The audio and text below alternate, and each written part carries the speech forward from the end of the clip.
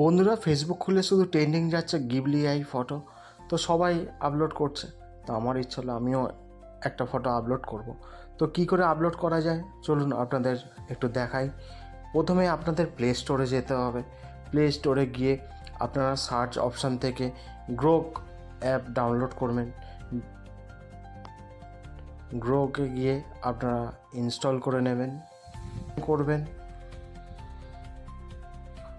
ওপেনের পরে জিমেল থেকে আপনাদের এটা লগ ইন করতে হবে।